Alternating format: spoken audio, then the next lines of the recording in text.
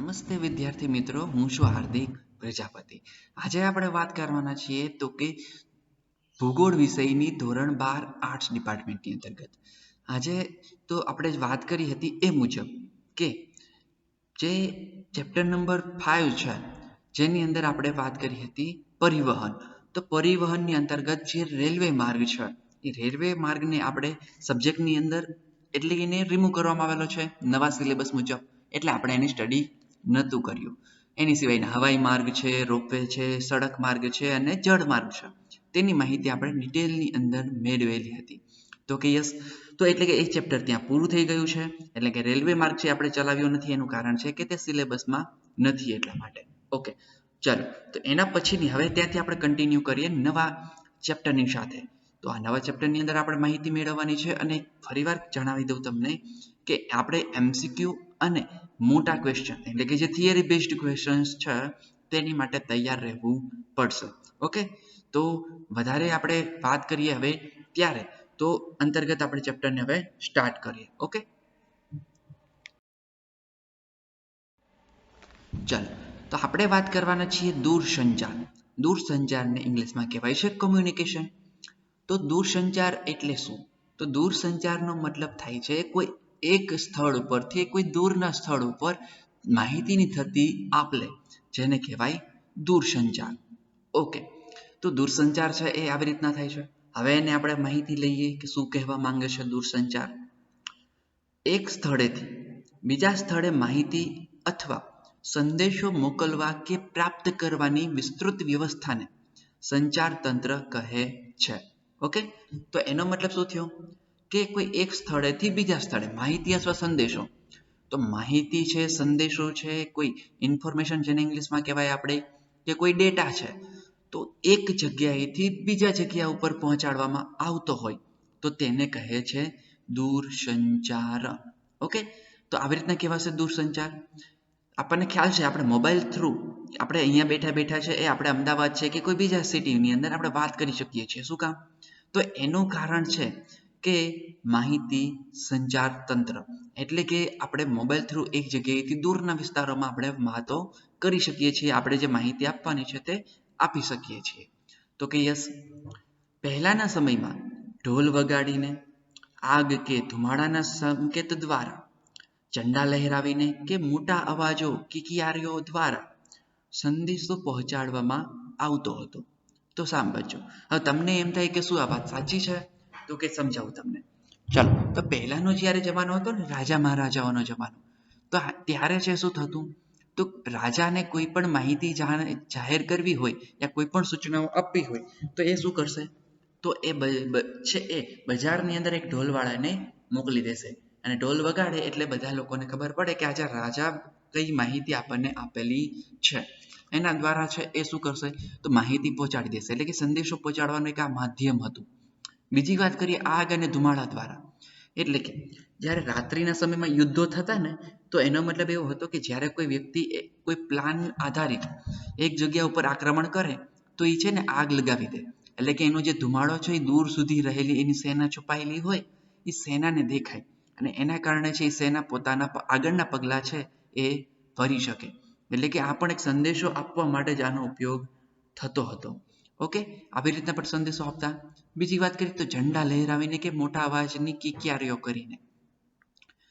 હવે ઝંડા લહેરાવીને શું કરવામાં આવતું, જ્યારે કોઈ યુદ્ધો થતા ભૂતકાળની અંદર, તો એ સમયની અંદર છે ને જ્યારે ગઢ ઉપર કિલ્લા ઉપર જ્યારે કોઈ બીજા રાજાનો ધ્વજ છે એ ફરકાઈ જાય તો એનો મતલબ એવો થતો કે તે છે એ શું કરી શકશે, તો કે પોતે છે એ વિજેતા તરીકે એને સાબિતી આપી છે, એટલે કે બીજી બધી સેના છે એ હાર માની લેશે અને એમની જે સેના હોય એ બધી સેના વિજયની ખુશી મનાવશે. ઓકે, પછી વાત કરીએ મોટા અવાજની કિકિયારીઓ દ્વારા. ઓકે, તો આપણે છે એ આપણે કોઈ જીત મેળવીએ છીએ આપણે કોઈ ગેમની અંદર, ત્યારે આપણે કિકિયારો સાંભળતા હોઈએ છીએ. એ શું કામ આપે છે કે કિકિયારોના માધ્યમથી એવું સાબિત થાય છે કે આ વ્યક્તિ કે આ ટીમ છે એ વિજેતા બની છે. એટલે કે આવી રીતના સંદેશા પહોંચાડવા માટે અલગ અલગ માધ્યમનો ઉપયોગ કરવામાં આવતો હતો. ઓકે, ચાલો નેક્સ્ટ વાત કરીએ તો શરૂઆતમાં એની પહેલા કેટલાક પ્રાણીઓ અને પક્ષીઓ સંદેશા પહોંચાડવા માટે ઉપયોગમાં લેવાતા હતા.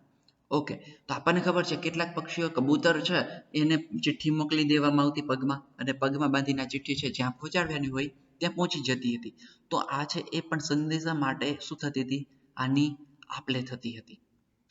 શરૂઆતમાં પરિવહનના સાધનો જ સંચારના સાધનો હતા.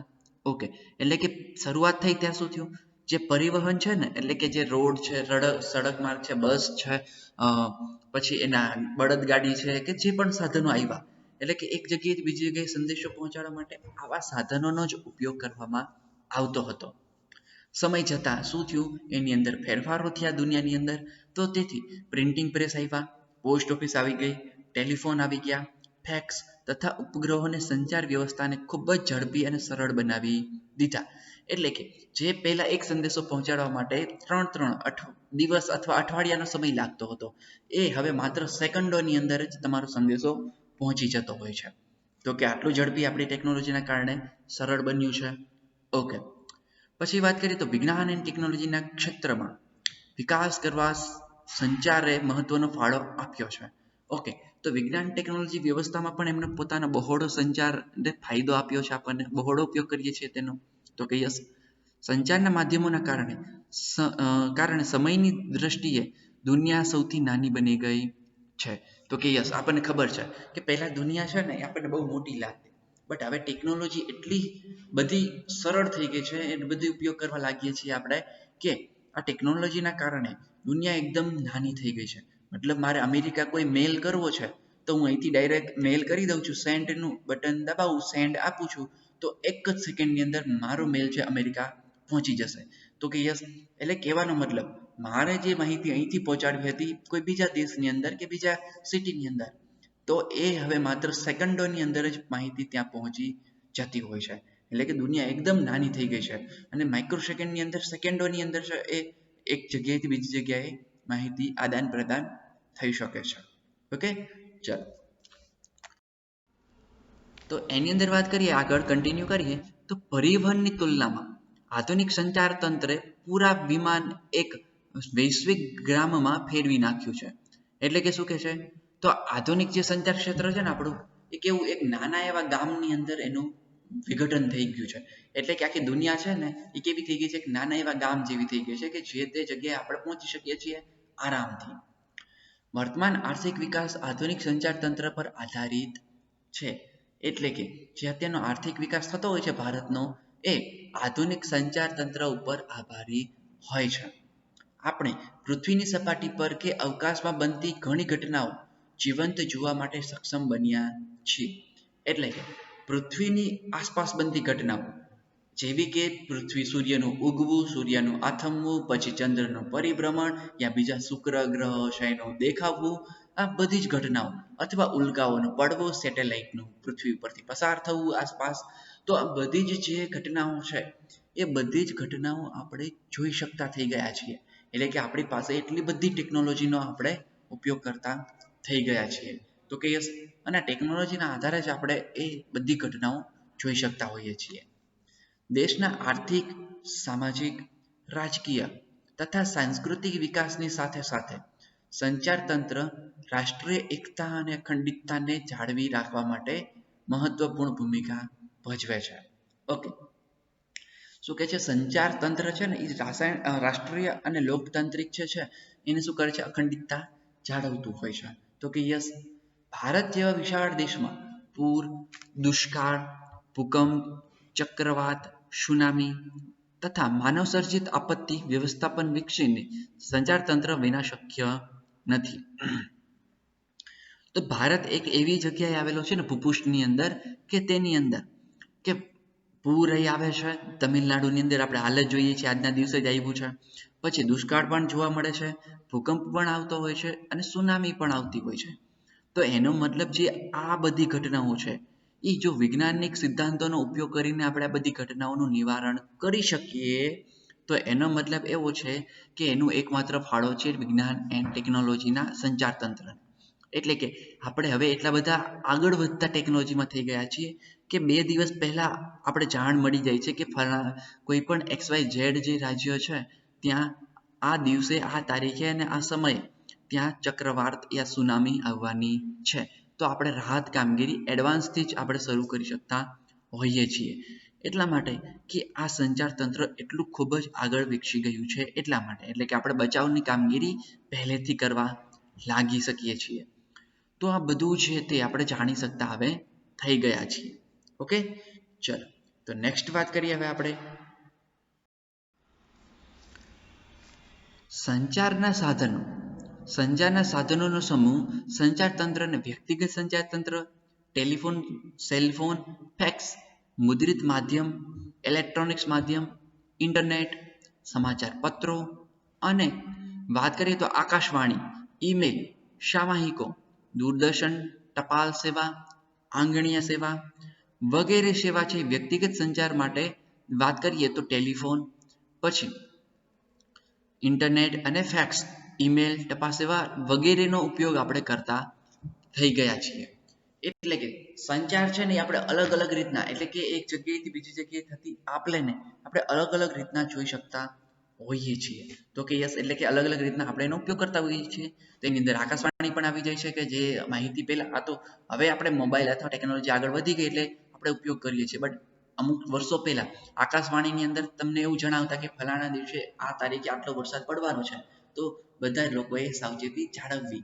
તો આવું બધું માહિતી એડવાન્સમાં આપણને આકાશવાણીમાં મળતી હતી. તો કે યસ, પછી વાત કરીએ ટેલિફોન, પછી એમાંથી સેલફોન આવ્યા, એમાંથી ફેક્સ આવ્યા, એમાં આંગણિયા, પછી ઈમેલ સેવા, આ બધી જ સેવાનો આપણે હાલ પણ ઉપયોગ કરતા હોઈએ છીએ. તો હવે વન બાય વન આપણે જે સિલેબસ મુજબ છે, એટલે કે જે આપણને એક્ઝામની દ્રષ્ટિએ ઇમ્પોર્ટન્ટ છે, જે 70% સિલેબસ ગવર્મેન્ટના આધારિત તેની વાત કરવાના છીએ. તેનો ટોપિક છે પહેલો, તો એની આપણે વાત કરીએ સૌથી પહેલા તો કે છે ટેલિફોન. ઓકે, ચાલો તો ટેલિફોનને સ્ટાર્ટ કરીએ. ટેલિફોનનો ઉપયોગ શું છે અને એનાથી આપણને કયા કયા ફાયદાઓ થતા હોય છે. Okay, so let us start. Telephone 20મી સદીના પ્રારંભથી જ મધ્યકાળ સુધી યુએસએની તાર અને ટેલિફોન કંપનીઓનો યુએસના ટેલિફોન ઉદ્યોગ પર એકાધિકાર હતો. એટલે કે 20મી સદીથી શરૂઆત થઈ અને એની મધ્ય શરૂઆત, એટલે કે 20મી સદીની મધ્ય શરૂઆતે શું થયું, તો ટેલિફોન ઉપર છે ને યુએસએનો એક શું હતો, એકાધિકાર. એટલે કે માત્ર ટેલિફોન કંપની છે એ માત્ર અમેરિકાની અંદર જ હતી. એટલે કે જે તાર અને ટેલિફોન છે એક જગ્યાએથી બીજી જગ્યાએ સેવા જઈ શકે, એ માત્ર અમેરિકન કંપની પાસે જ એનો એક હતું શાસન હતું. યુએસએના શહેરીકરણમાં ટેલિફોન સેવા એક નિર્ણાયક પરિબળ ગણી શકાય. એટલે કે જે યુએસએની અંદર શહેરીકરણ થયું ને એની પાછળ એક માત્ર જવાબદાર હોય તો એ છે ટેલિફોન. કેમ ટેલિફોન? કેમ કે જો ટેલિફોન સુવિધા આવી એટલે લોકોને જે ટપાલ સુવિધા હતી એમાંથી હવે એક નવી ટેકનોલોજીનો એક શું મળ્યું, તો કે સમાવેશ થયો, એ હતો ટેલિફોન. એટલે લોકો હવે ટેલિફોનનો સંદેશો આપલે માટે હવે લોકો શહેરની તરફ વળ્યા હતા.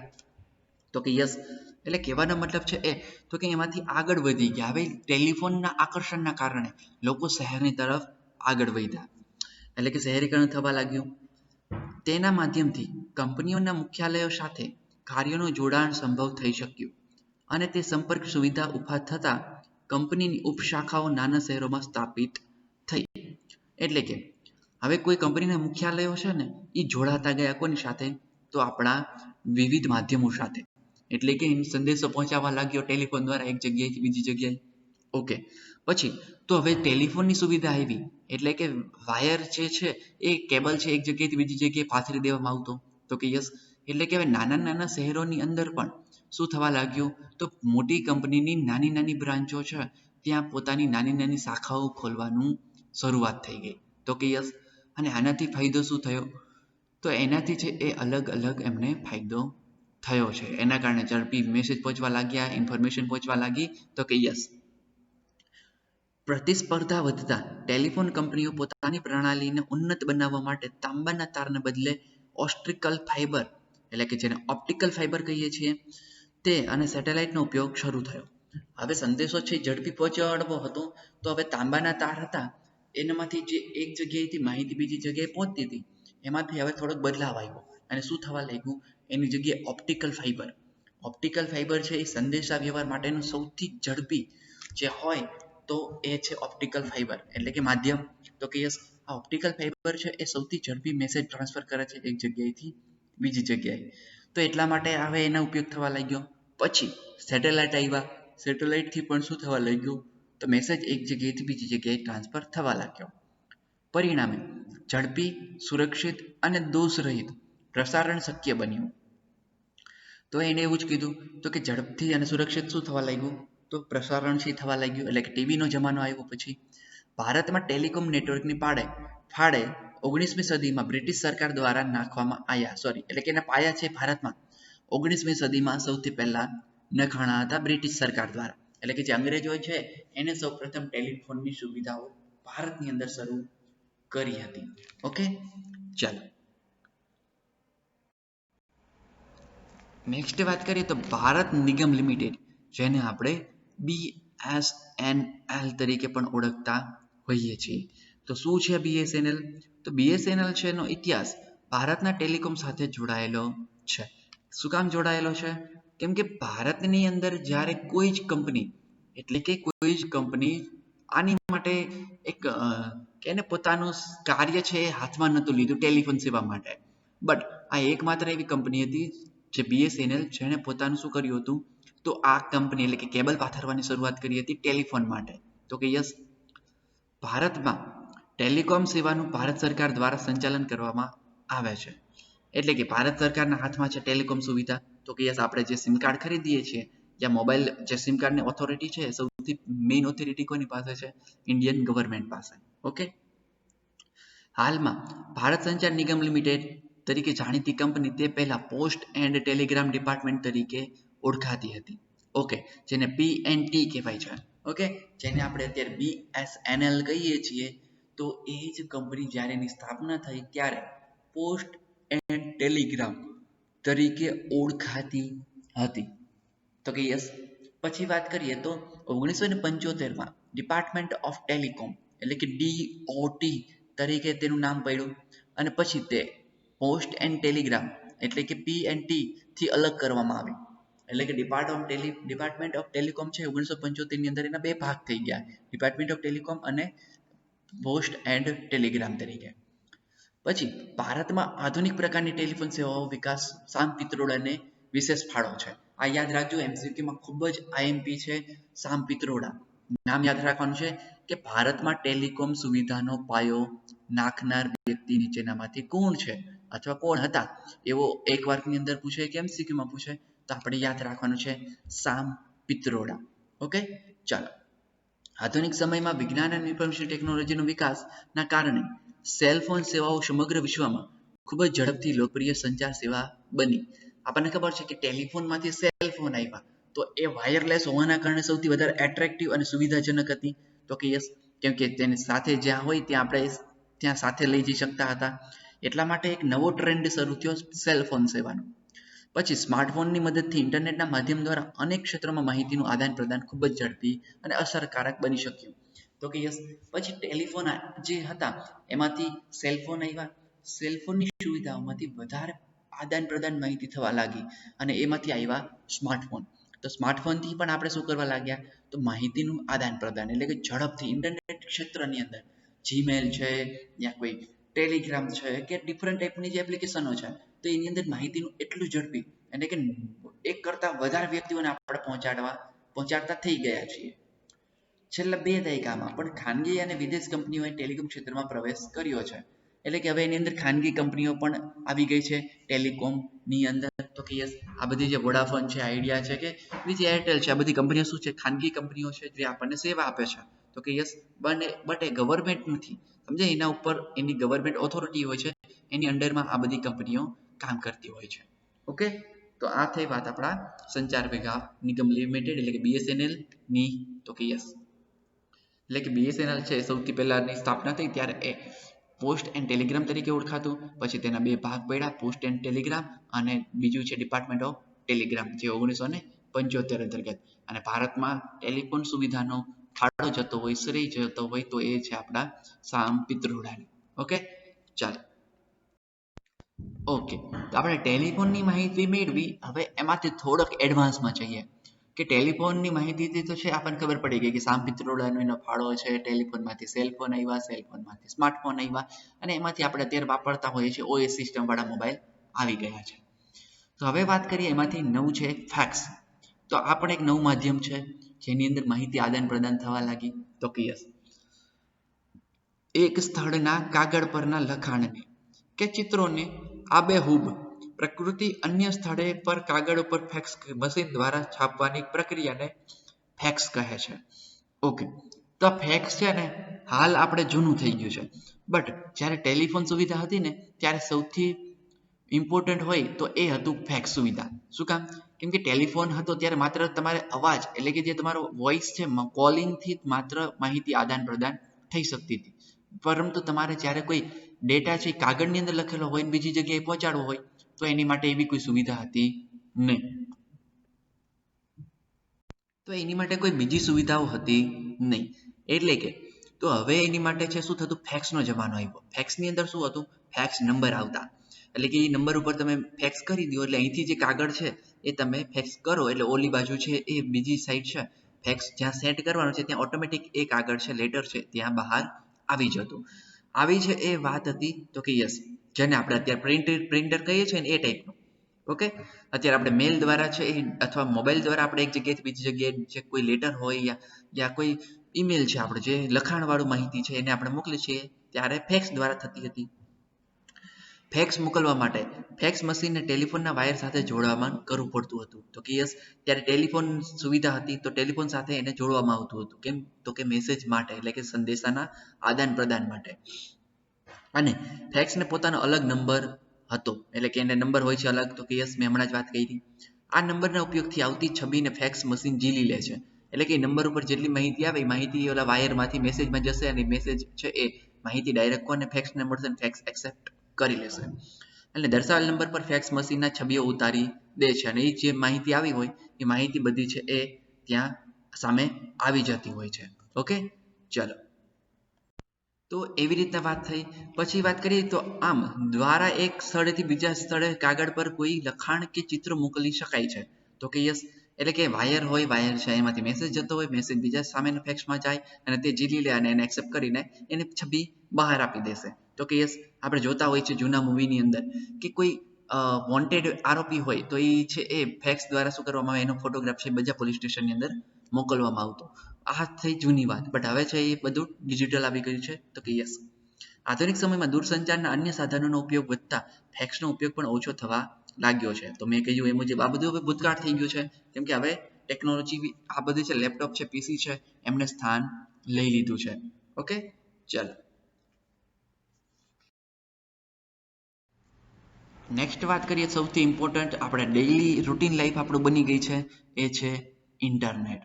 ઇન્ટરનેટ એટલે એવી વસ્તુ કે માહિતીની એટલી મોટી ઝાડ કે જેની અંદર દુનિયાની અંદર એટલી બધી માહિતી છે કે તમે જે ટાઈપ કરો છો તો તમને જરૂર કરતાં પણ એ જ સબ્જેક્ટની વધારે માહિતી ઉપલબ્ધ કરાવી દે છે.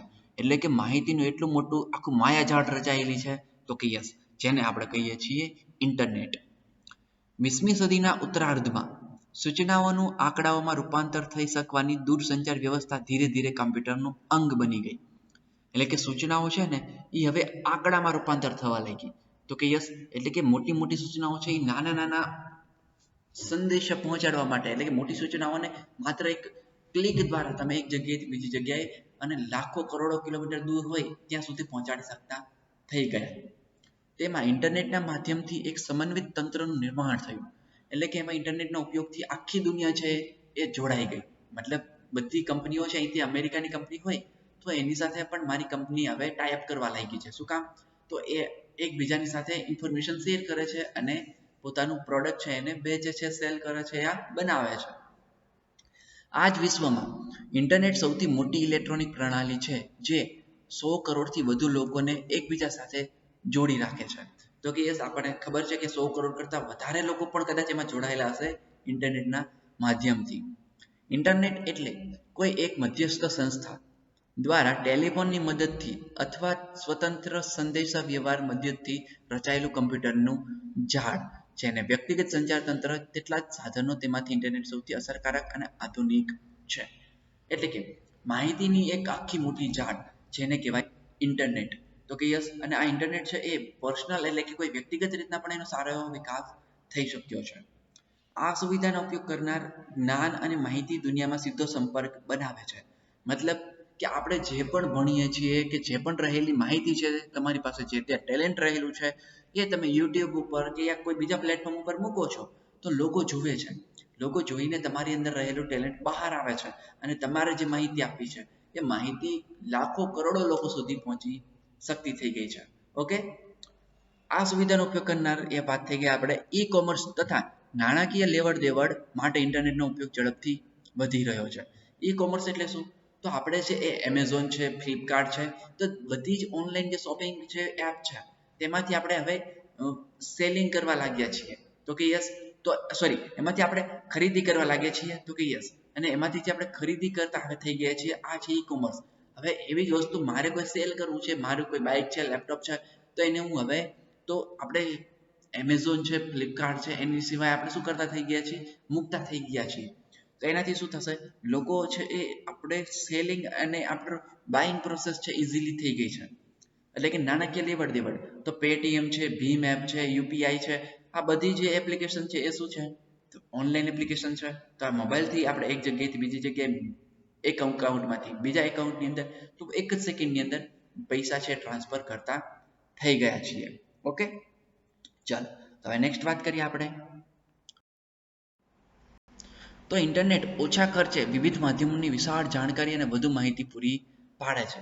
તો કે યસ, એટલે કે વિવિધ બાબતોની, એટલે કે તમે જે દુનિયાની અંદર રહેલું ગૂગલની અંદર ટાઈપ કરો છો, તમારા માઇન્ડની અંદર જે ટોપિક આવે તે તમારે કોઈ જંગલો વિશે માહિતી લેવી છે તો જંગલોનું નામ લખો કે એવરગ્રીન ફોરેસ્ટ એવું ટાઈપ કરો તો આખા જંગલોની માહિતી તમને મળી જતી હોય છે.